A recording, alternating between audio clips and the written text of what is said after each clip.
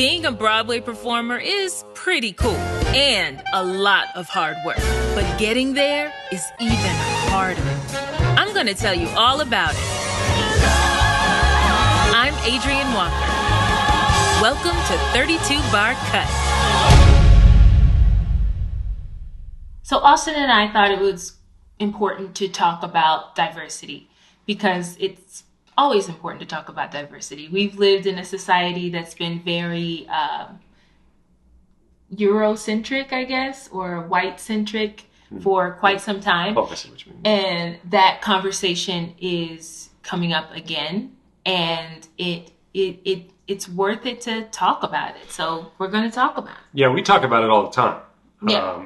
In this house, we talk about it every day. So we thought, well, we do. Yeah. But we thought, man, why don't we just share some of our conversation with you all? And I guess we have a unique perspective because we're an interracial couple. Well, everyone has a unique perspective too. No, definitely. Yeah. I guess I didn't say that right. But I guess I mean, but you mean as an interracial couple, we have our own. We have our own backgrounds as well, and we love each other, and we can talk and have our opinions, and it not be taken personally all the time. Yeah, and we talk about it all the time, so we're used to talking about it. So we thought we would share. Yeah, and it's diversity on all kinds of levels too. Mm-hmm. It's not just race or ethnicity. You know, Austin and I chat about diversity when it comes to being able-bodied or different sizes or different abilities. So we talk about it all, and we're really excited to have this conversation with you all. Hopefully we'll be able to live chat. That is our goal. Yeah. But I am doing a reading this week, which I'm really excited about. So there's a chance that you'll just be chatting with Austin. But hopefully you'll be chatting with both of us, and we can start this conversation with you and continue the conversation and just put some of our ideas in the space as well. So firstly, I think we both wanted to just chat about how we're taking the two shows that we've been in, Hamilton and The Lion King, and just talking about how those casts are so diverse and that was so celebrated in the world, and that diversity didn't really move much past the stage. And that is always, well, for me, it's disappointing because I want to see diversity in all the departments. I want to see diversity in makeup and hair and on the crew, and that's not always the case. And how do we change that? You know, that's really, I think, the question. Yeah, I was thinking as we haven't planned any of this conversation, we're just bantering. Yeah. This is Broadway Banter. We're totally riffing, yeah. But I was thinking, you know, in starting this conversation, I remember we started our careers in Chicago. Mm-hmm. And we were there for 7 years, 8 years? Not 8 years. 6, 7. 7, maybe 7. 6 or 7, yeah. But anyway, we were there, and I remember that we were talking as a community, as a theater community, that we were talking about diversity and race and how we could, you know, hire more black directors, how we could hire more people of color in the production teams, how we weren't doing enough, you know, and actors and everything in the shows. We were having these conversations. And who was? We, me and you? We mean the community, kind of at large. Mm-hmm. Not enough, or you know, but I remember it was definitely something we were always talking about. What I noticed a lot in Chicago when we were in Chicago, when Austin and I were in Chicago and I would go out for shows, is that unfortunately, they were like, you know, if you go out for a show and you're a person of color, you know that only a few of you are going to get hired because it is just enough to color the stage so that it doesn't look all lily white. And it has been my peers' experience in the Broadway market as well, or the Broadway circuit as well, that there's just enough diversity so that it's not a lily white stage. And if you go in for a show that's traditionally black, then you know that a lot more of you, or if you go into a show that's traditionally any other ethnicity other than white, you know that a few more of you have a chance to book the show. Yeah, I was going to say that when we were in Chicago, that I just remember this problem. I just remember talking about it. We used to talk about it a lot, Mm-hmm. and it at least was a conversation that's happening. And then I was going to say that when we got to Broadway, Yeah. it was interesting for me because my first Broadway show. I don't know if I should name the show. Does it matter? What's it matter? It's in the past. But my first Broadway show was Warpaint. When I booked Warpaint, I remember telling you because I was like, "Oh, Broadway now. Things are probably different on Broadway than Chicago. We have, these issues." Mm-hmm. And I showed up for the first day of Warpaint, and I remember there being a row of tables, like table, all these like 8-foot tables in this huge room, which is different than Chicago. We never had these huge rooms, and all the production team was there. All of their associates, all the production team, and there were all white men for this show about women, Mm-hmm. number one. And there was the assistant director was a woman. And that was it.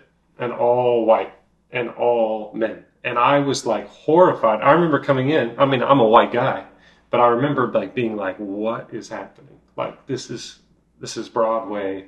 I didn't think that Broadway would be kind of taking steps backwards from Chicago that already has a ton of problems. And I was like, Chicago's, we have our, but I was like, this feels like, what is this? And like, I don't want to, I don't want to throw Chicago completely No, I'm not at all. bus. I'm saying that Chicago wasn't like talking about it. I'm not saying they were perfect. Yeah. Especially in Chicago, you have like a lot of suburb theaters, kind of around the loop of Chicago. Now, those are the theaters that need the work. Yes. And I will say that. Yeah. Those are the theaters that, in my opinion, are the most closed-minded and fearful of their audiences being perturbed or unsettled by too many colorful faces on stage. And I say that and I stand by that unless something has changed since I left Chicago. I'm talking to you. Never mind. There's a few theaters I'm talking to, but I'm going to keep it to myself. We know who they are. You know who you are. You know who you are. So, but no, I don't want to throw Chicago completely under the bus because it's where we got our start, and I do think there's a lot of great work. Does it sound like I was throwing them under the bus? Because I was doing the opposite. Maybe I missed something, so forgive me. I was just trying to say that in Chicago we were already talking about these things. Yeah. And then when I went to Broadway, it was like the conversation hadn't started. Yeah, I would agree. I was like, well, we've been doing this in Chicago. Yeah. And then I remember like a couple years later, people were talking about more diversity was coming kind of more vogue on Broadway, and I was like, what? Like, why is Broadway so patting itself on the back so much? It's like, you're behind. We've been trying to fix this stuff. Where you been? And the unfortunate thing, too, is that when you are an actor of color and you go to those presentations or you go into those rooms and you see all the producers and the creative team and you are the only or the one of 5 or one of 2 person of color, it is something you get adjusted to, but it never feels great. And it makes me feel like we're going back to some other place in time where I am being evaluated and assessed on a level that I cannot control. Because for me, when I walk in a room, I am always very aware of my race, unless I'm like walking into a black church, or a club or something where there's a lot of folks that look like me. But I've done quite a few presentations, and other than the cast, everyone else in the room is white and mostly male. And I don't know when that is going to start to change. We've had some conversations with our guests about that. Mm-hmm. Some of our 32-bar Cut the Show conversations you'll see here on YouTube. Others you'll see on our website in the curtain call. But we always try to include a chat about diversity.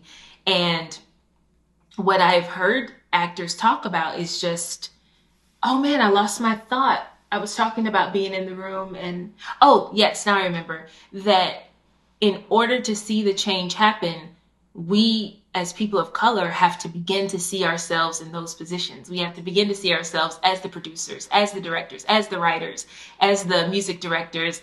And that's when we're going to see more faces that look like ours in those spaces.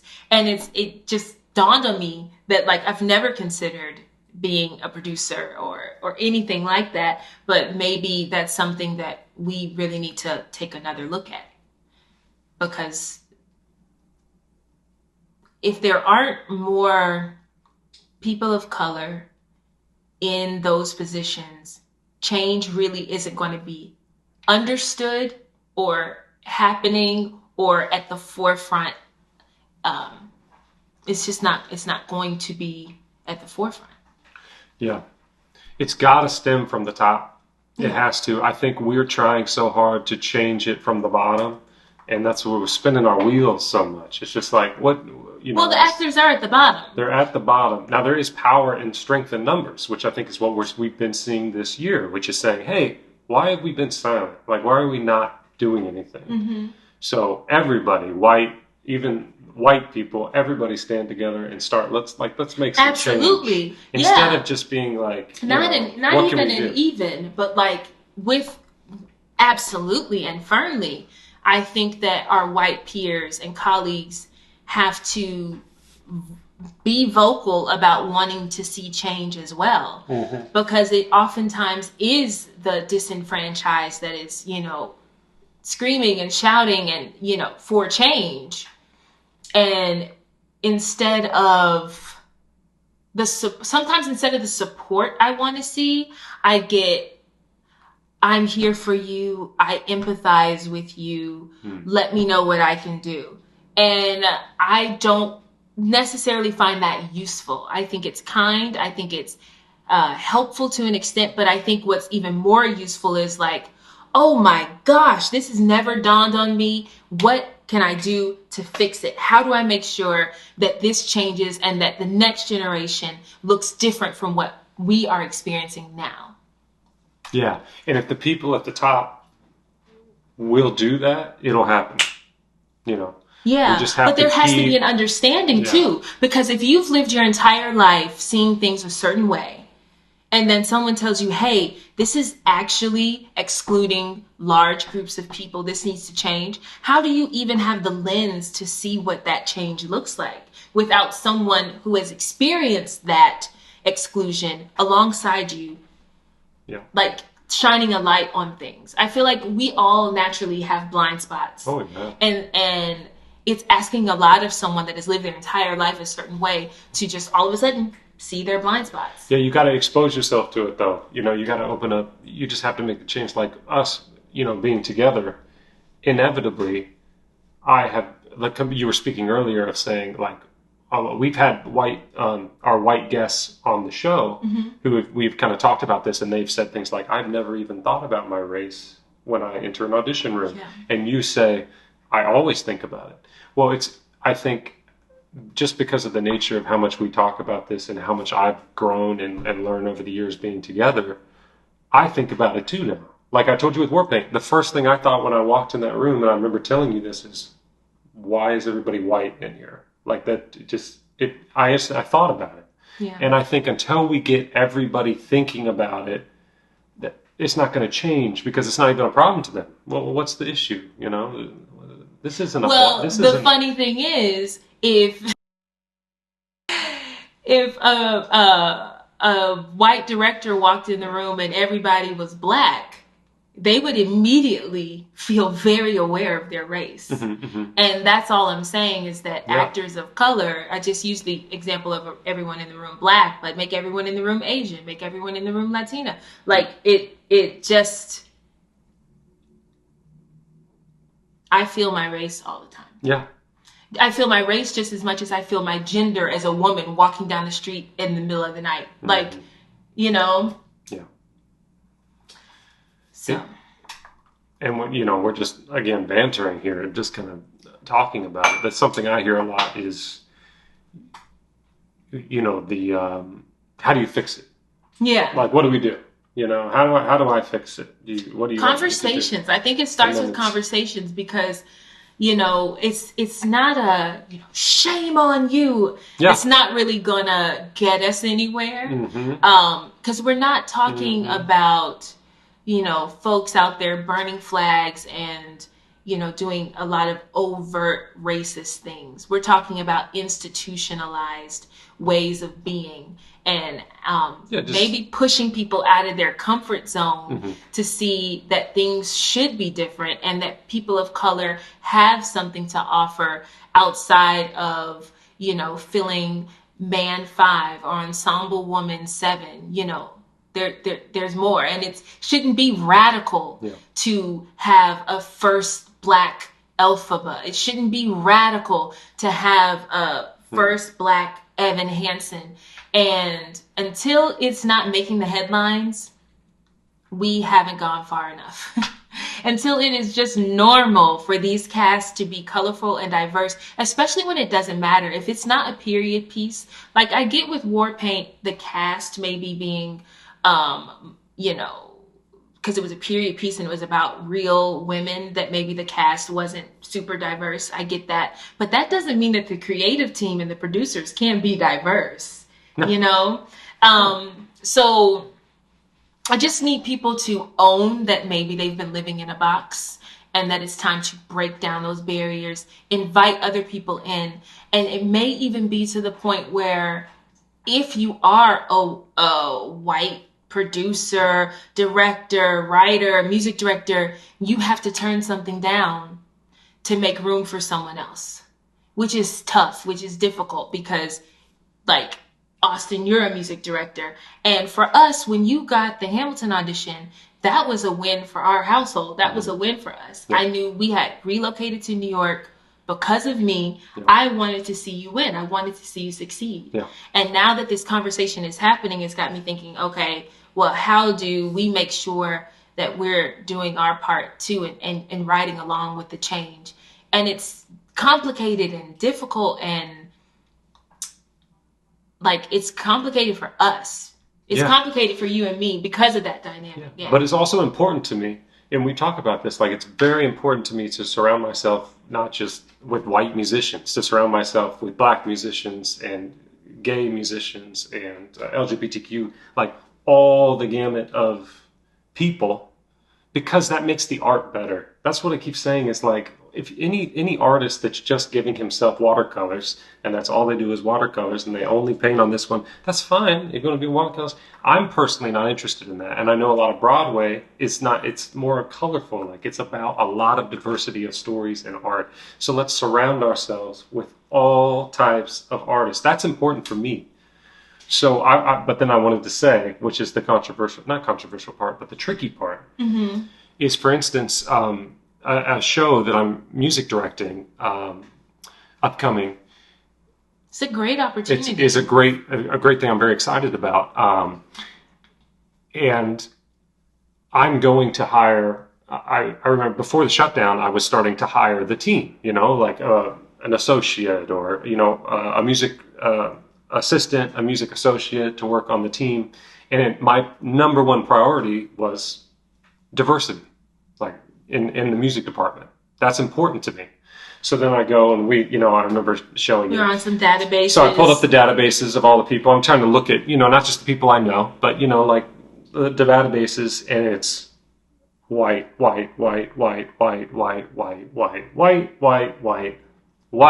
And mostly every male, once in a while, every mostly now and male. then a woman. I mean, we're talking hundreds of people like that do what I do, the music director world, and they're all in these databases. They're all white, and I'm like, what? It's so off kilter. And then I would find a black music director, and they're working on Broadway. They're already doing a show. They're not available for this.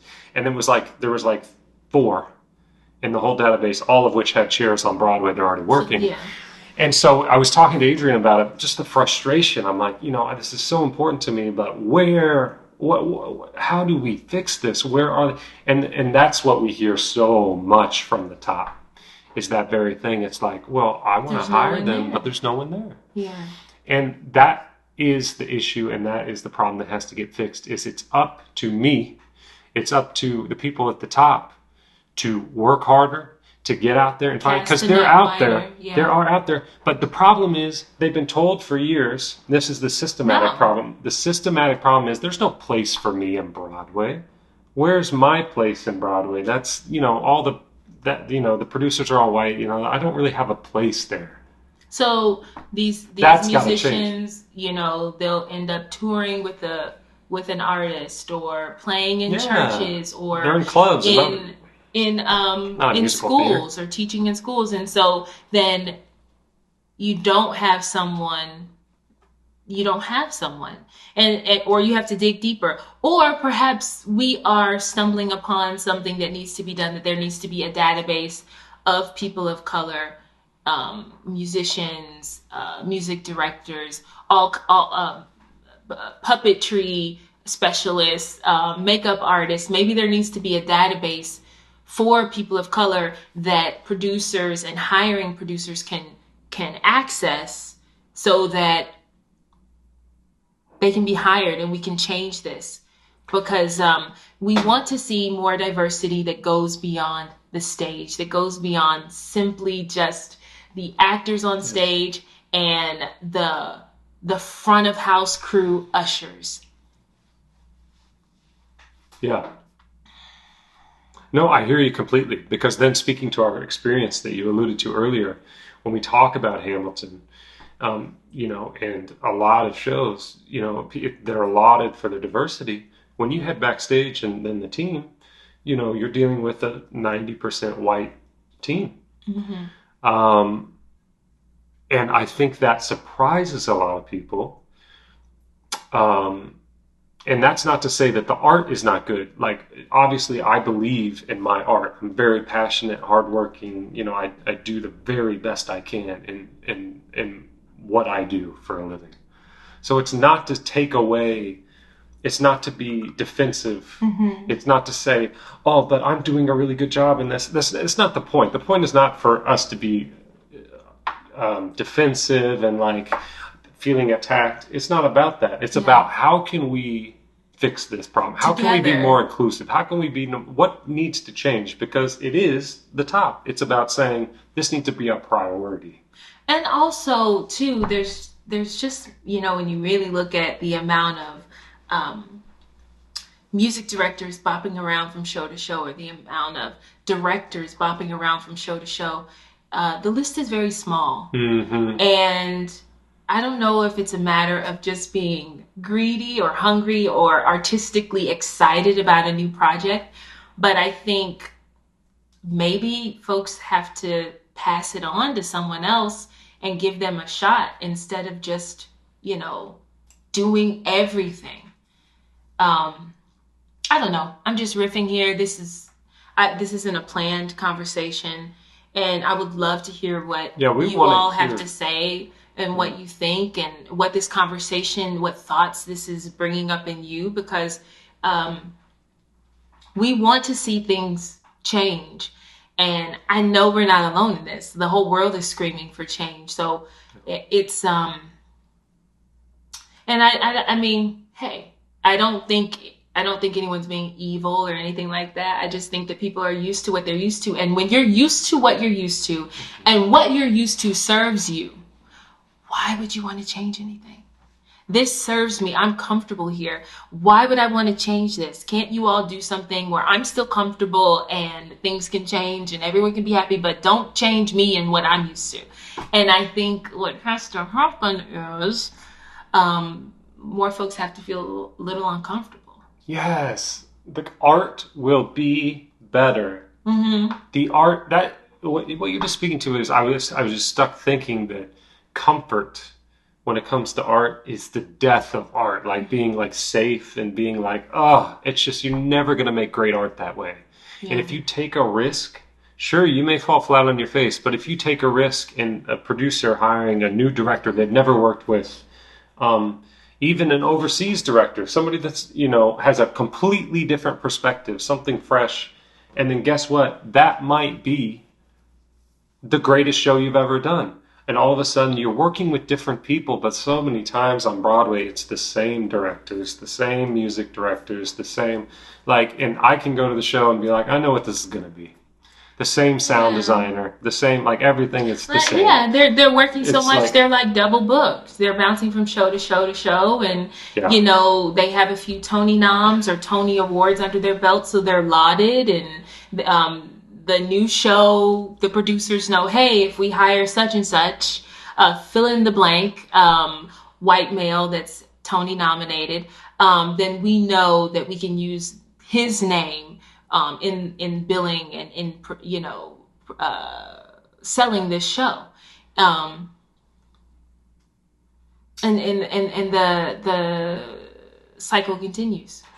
Yeah, I wanted to speak too that about the audiences because when you go, even for Hamilton, I remember sitting in the Broadway production of Slave Play, which is a whole conversation that we could have. How did I know that Slave Play was going to come up somehow during our chat today? Like I was just thinking about Slave Play like 2 minutes ago, and I was like, ugh. Yeah. Like we have to. I don't know if I even want to talk about that. Well, yeah, we don't talk about it, but I was just going to say that a show like Slave Play, I remember sitting there, and 95% of the audience is over 60 and white. Maybe that was an exaggeration. Did you go to a Wednesday matinee though?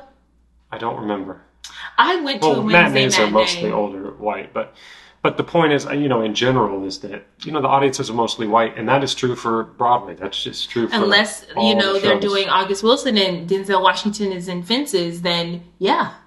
Right, but that I guess even at the Lion King, the audience is mostly white, and that may be the demographic. People want to say, black folks don't have money. Black folks have money, but they don't think that, well, I don't want to speak for every black person in the world, but I think that they're like, if I'm going to spend my money on sitting down to watch something, I'm going to go see Beyonce.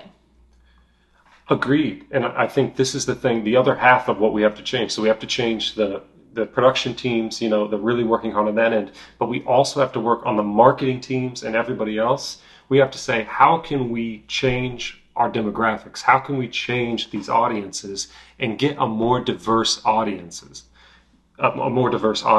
Yeah. That's got to be a priority. And I know I've read some articles recently from some great up-and-coming playwrights and some Tony-nominated playwrights, and I'm forgetting his name, the book writer it just left me. Sorry. Not exonerated. I was going to say exonerated, but Inheritance. Matthew Lopez. Yeah, okay. Sorry.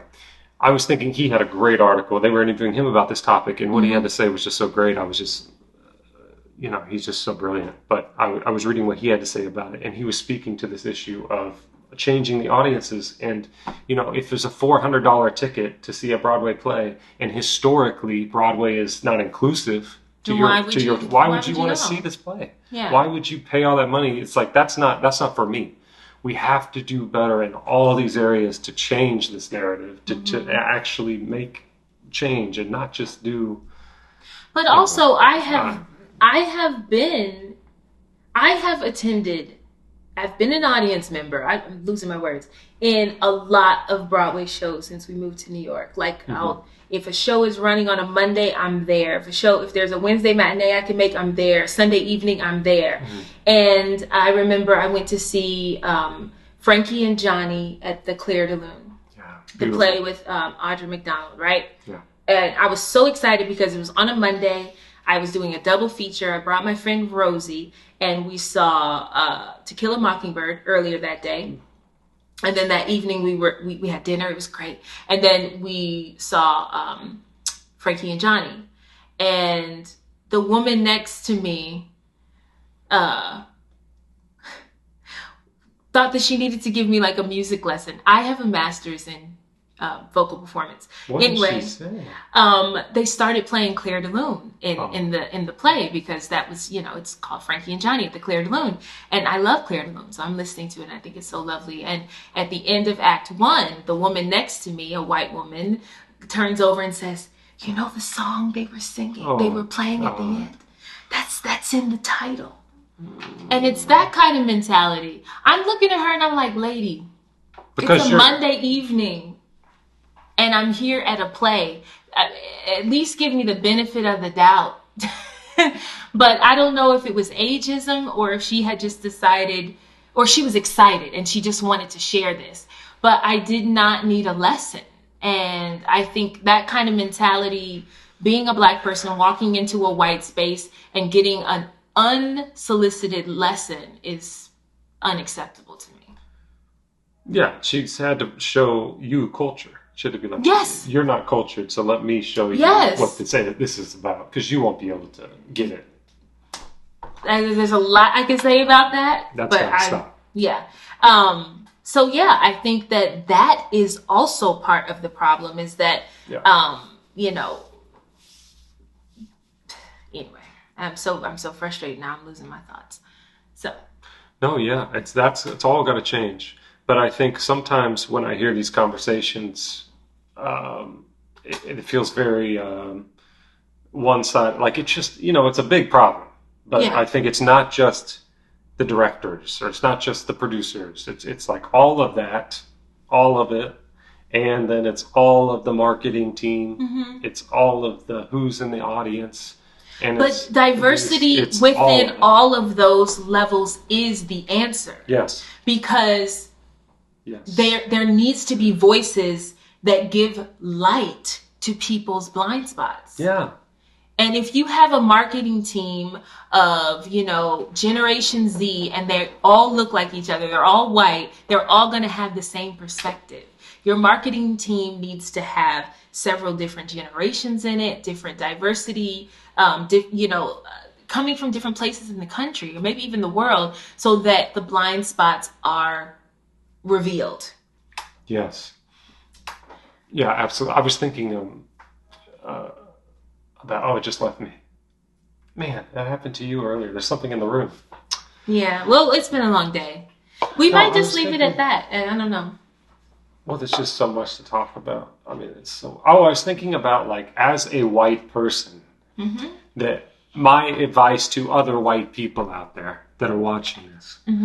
I have no right to speak of any advice, but I can say that one of my instincts early on in hearing and discussing these issues, and every time something would come up, my instincts, I could feel myself going, no, but I don't do that. Like that's not me. That's not what happened. I mean, that lady was just telling you. That lady was just, she didn't mean that. Automatically, there was this thing happening where I was like defensive, number one, and like always defending the other side, being like, well, they probably didn't mean that, or that isn't it. It didn't happen, and blah blah blah.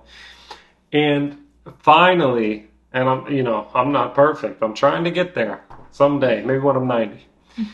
Is not stop with the defensiveness. Number one, don't be defensive. You don't need to defend Team White. Is just try to listen, to take in the feelings, and then just let that sink in. But lose the defensive-ness. That's what's got to stop. Anytime we talk about these issues, it's not an attack. I've had people, sometimes we're interviewing one of our black guests, for instance, and they'll say something, and then maybe they'll say, no offense, Austin. And I'm like, I'm not offended. That's one of the big things that has to stop. I'm not offended. It's not about me. The issue is bigger than me. It's not Austin did this bad thing, so let me, it's bigger than that. It's not about you, the one person you. So I think that would be my advice. Stop with the defensiveness and don't be afraid to just talk about it. To just talk about it. I think it's really helpful to know that we all have something new to learn at different points in our lives. So it's like if someone's trying to teach you something new about their experience and their perspective, who are you to say, no, that's not what happened? Yes. That's their experience and that's their perspective. So we have to honor that. And in doing so, we will learn. And in every lesson we learn, we grow, and we are able to be better human beings to each other. Yeah, that's good. That's good. Yeah, so many times I used to do that a lot, and that was hard for me to curb, which was the whole, wait, that's not what happened, or that can't be. That can't be. And you're like, I just told you that that is my experience. That is the experience. That is the black experience, or this, insert. But that can be the default. We hear that so much. I see it on the news or from certain sides and things saying, but that's not what's happening. That's it.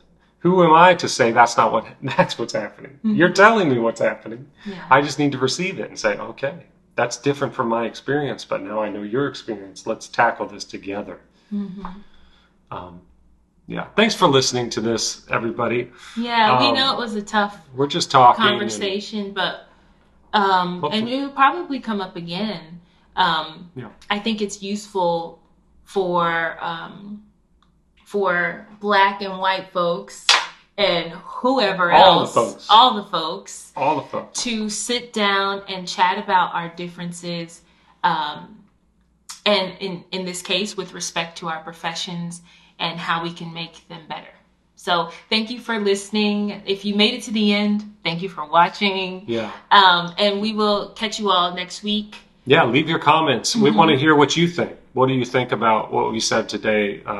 What's your perspective? What do you think needs to change in order to make Broadway better, to make theater better, regional, community theater? We love community theater too. We had our start in regional theater. And I also want to encourage anyone out there listening or watching who, if you are a creator or a future producer, just want to encourage you to stay the course, because you are needed and you are necessary, especially if you are a person of color or a woman or someone in a marginalized group. We need you. Don't lose heart. Stay encouraged. You have value and you have something to bring to the table, and we want to see it and hear it. Yeah. All right. If you're a white guy watching this and you're feeling a little hurt, I'm sorry. Don't feel hurt. It's not about you. Don't be defensive. It's not about you. All right. We'll see you guys another time. Take care.